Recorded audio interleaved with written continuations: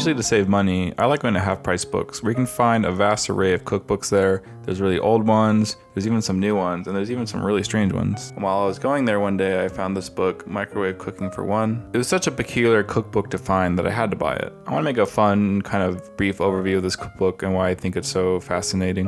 I found this great clip of her on YouTube on demonstrating how to cook in the microwave.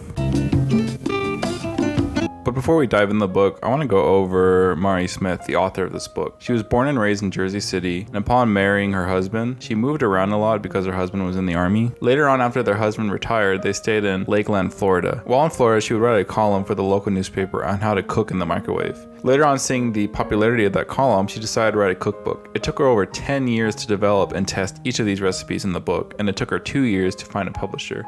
That was her niche, and she stuck with it to the end. You'd think her target audience would be some 30-year-old dude stuck in a basement and have no way to cook anything besides a microwave, but really the source of her inspiration to write this book is kind of pure. She just says, when a woman finds her children grown and her husband away often on business trips, she continues to cook large meals because practice has become indelible routine. She says that when she's by herself, she started to wanted to make easy meals that were just for her. So she would make recipes in the microwave, and then she decided to write a cookbook about it.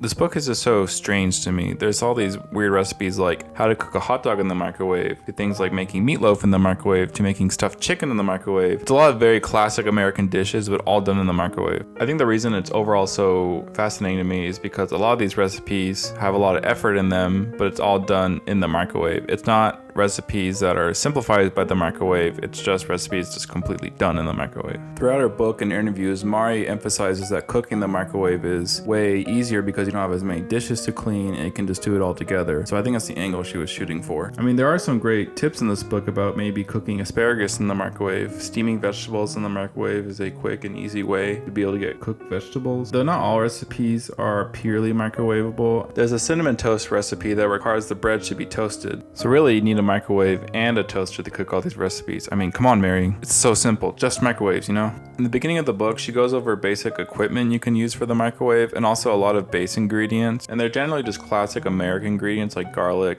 butter, bacon, celery. So it's usually stuff you would already have in your pantry kitchen. Oh, there's also a recipe on making poached egg in a microwave or a soft-boiled egg using water you microwave. This one seems kind of inconvenient to me because you could also just use a stove top to boil water and then place the egg in that water. But it's just for the theme of the book. I want to try something simple from this book, so I made the custard, which actually turned out okay. I was really surprised that it wasn't terrible. For a quick custard, you know, it's not that bad.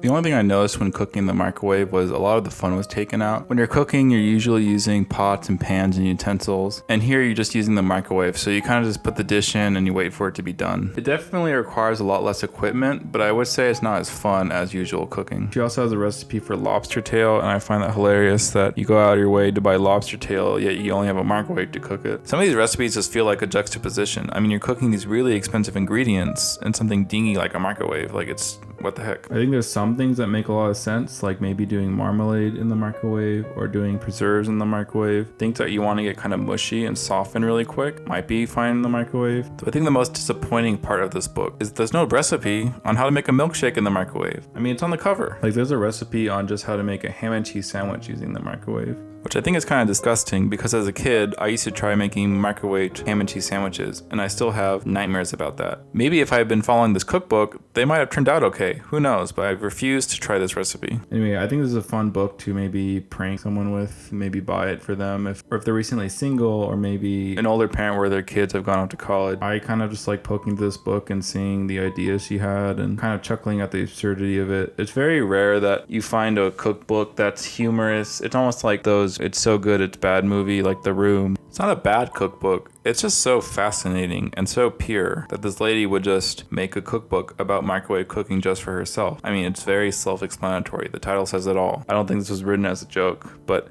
to us, it kind of seems like a joke. That's kind of the humor about it. It felt like Smith really knew the timing on things, and she really tested out each recipe, which makes it even funnier. Microwave Cooking for One has been described as the world's saddest cookbook, but what I think is even sadder is the story of Mari Smith after this book came out. A year after the release of this book, Mari Smith passed away. She passed away from cancer because her house was built on an old phosphate mine, and years later when they tested the house, there was tons of radon in the house. The whole story is kind of tragic. It kind of makes me think that Mari Smith was the Vincent van Gogh of cooking in the microwave, because now she's appreciated after her death.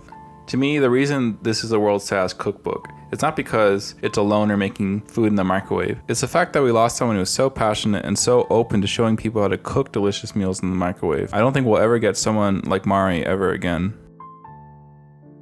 If you're interested in learning the teachings of Mari, you can actually buy this book on Amazon. It's pretty widely available, and there's even a website run by her daughter that's dedicated to this book. Anyway, I hope to find more strange books like this. If you have any recommendations on books I should go over, please comment below. Thanks. And you've come up with this marvelous book. It's a very colorful book, and it's just packed with all kinds of recipes and things, and it's just simply wonderful.